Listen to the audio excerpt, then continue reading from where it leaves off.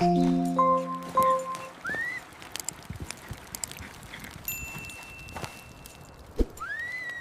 were the most dangerous people on the continent, and every single night they slept completely undefended. No wall, no gate, no sentry walking the perimeter, just open grass, open dark, and the wind moving through it in every direction at once. A Comanche camp at night looked, to any outside eye, like an accident waiting to happen, like a people who had somehow forgotten that enemies existed.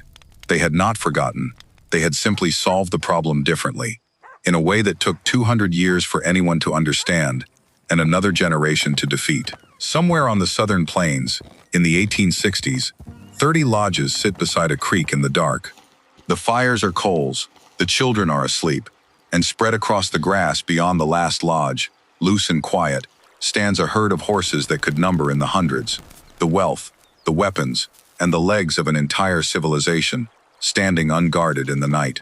Every enemy these people had knew exactly what that herd meant. The Tonkawa knew, the Texans knew. The United States Army, after years of humiliation, eventually learned. Take the horses, and you don't defeat the Comanche. You dissolve them. But here is what none of those enemies understood, not for a very long time, about that dark, quiet, apparently defenseless camp. It was not undefended. It was defended by something you couldn't see, couldn't shoot, and couldn't burn down. Something built not from timber or stone, but from 2 centuries of living in a country that killed the careless and educated the rest. The greatest fortress on the southern plains left no shadow. It cast no walls. It made no sound. And most of the men who rode against it never knew it was there until it was already too late. A home built to disappear. A Comanche lodge was a cone of buffalo hide stretched over slim cedar poles. A home 2 women could take down, load onto a travois, and have moving across the plains in under 20 minutes. A people who might break camp and ride 40 miles before the next nightfall could not afford to dig in. Walls would have rooted them, and on the open plains, being rooted was a way to die. Their security was never a structure. It was a system, the land itself, the animals around the lodges, the horsemanship that could put a man mounted and moving before an enemy closed the distance, and a hard-won, generational reading of the country that most outsiders never developed and never understood. A Comanche did not defend a camp the way a garrison holds a fort, by planting boots on a line and refusing to move.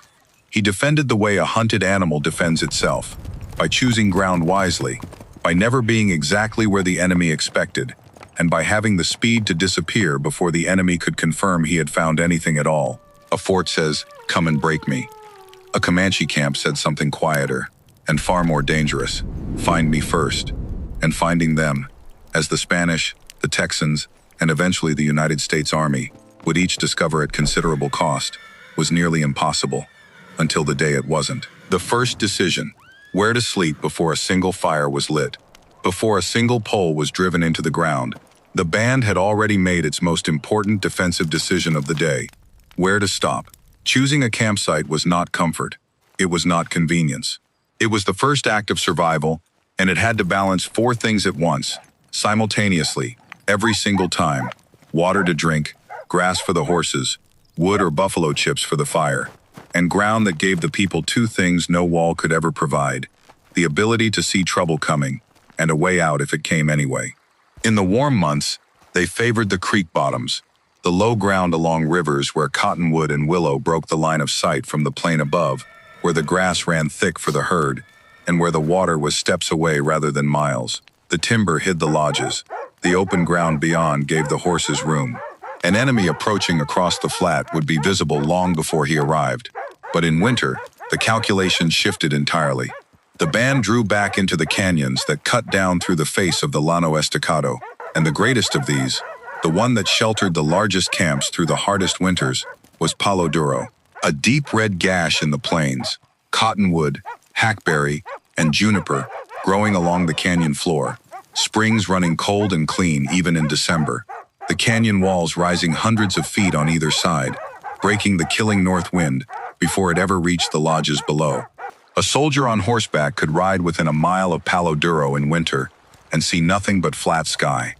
The entire village, the fires, the horses, the children, invisible beneath his feet, folded into the earth itself. For 2 centuries, Comanche security wasn't built.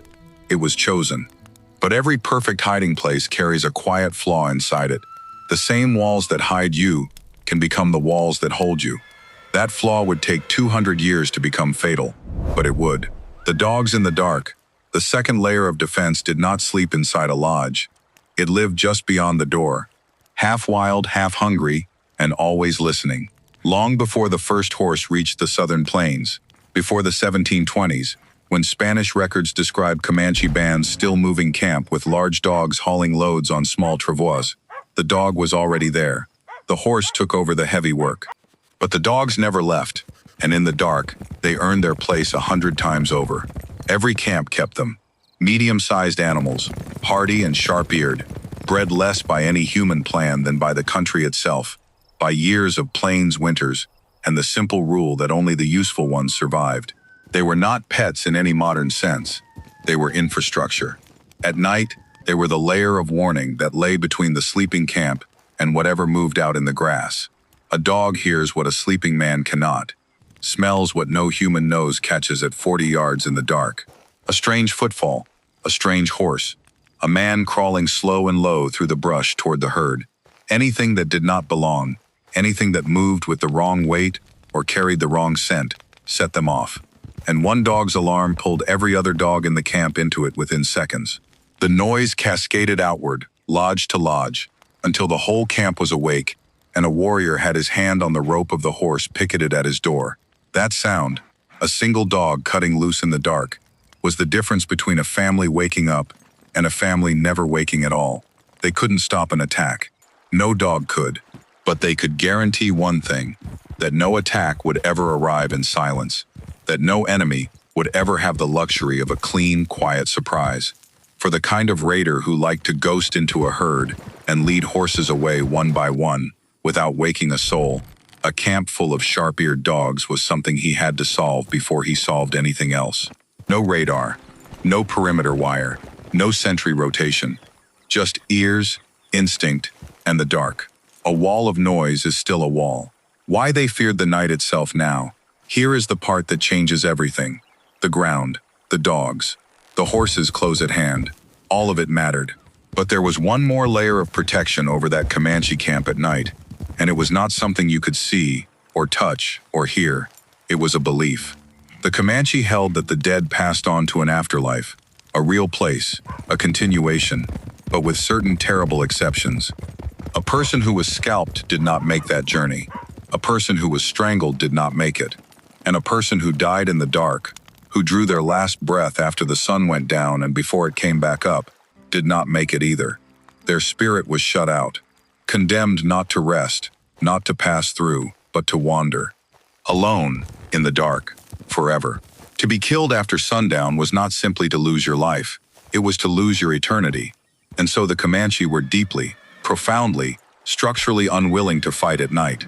Not as a tactical preference, not as a battlefield calculation, but as something closer to sacred law, a line that the living did not cross, because crossing it meant the worst thing that could happen to a human soul.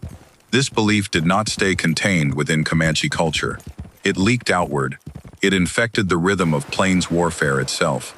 The military records from the second half of the 19th century, imperfect as any historical record is, and subject to gaps in documentation, suggest a pattern striking enough that most historians who study this period find it difficult to dismiss. Across documented engagements where time of day was recorded, Comanche warriors attacked in broad daylight roughly 110 times. At dawn, perhaps 10.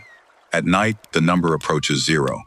But here is the detail that tends to stop people cold. The soldiers grew just as reluctant.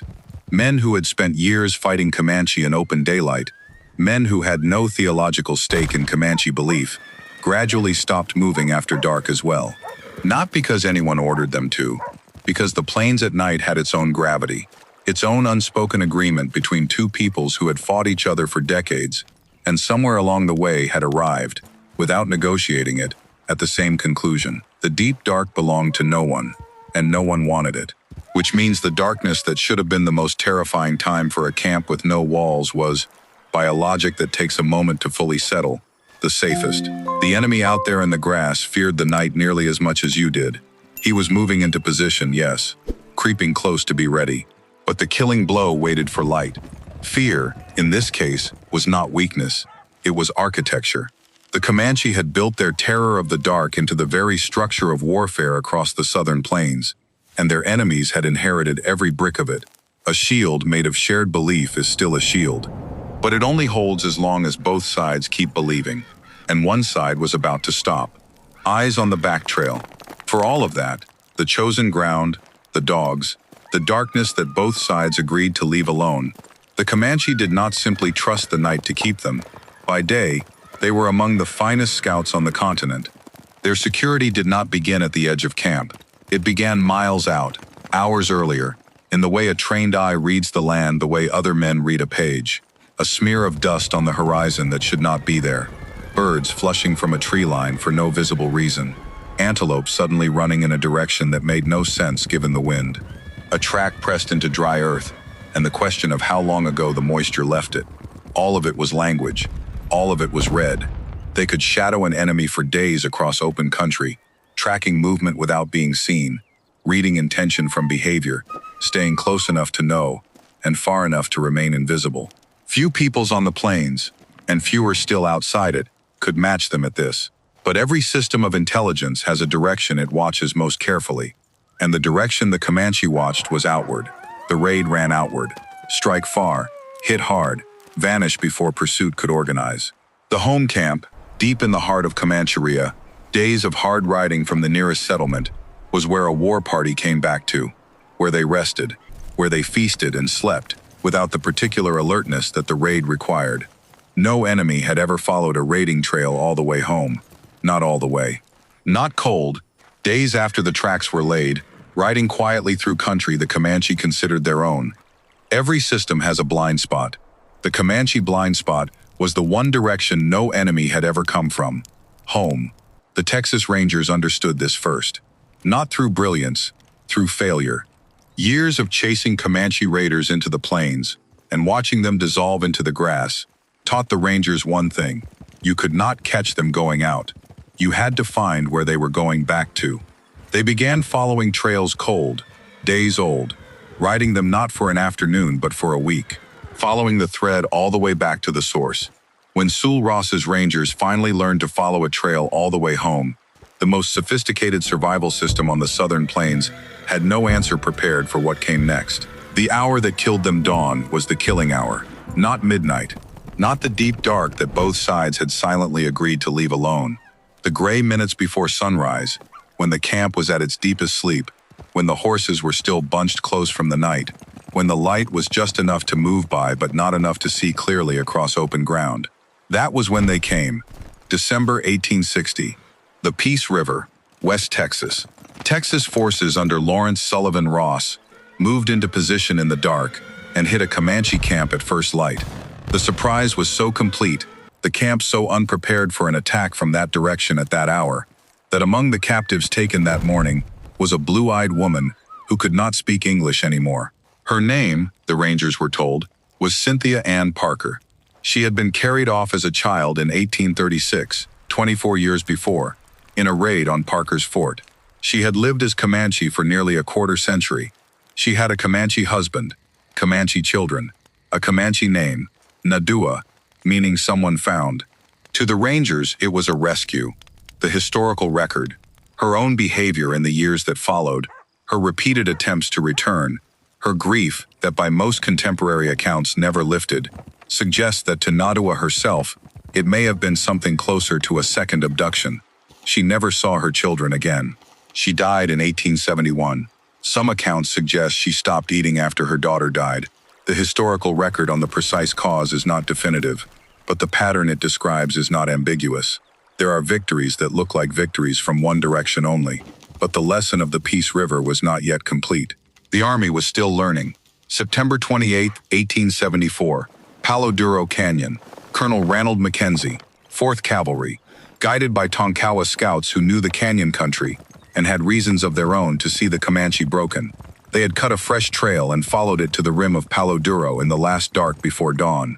Below them, Hundreds of feet down, invisible from the flat plain above, sheltered in the red-walled canyon that had kept Comanche families alive through hard winters for generations, were the lodges of the Comanche, the Kiowa, and the Cheyenne. Mackenzie ordered his men down, single file.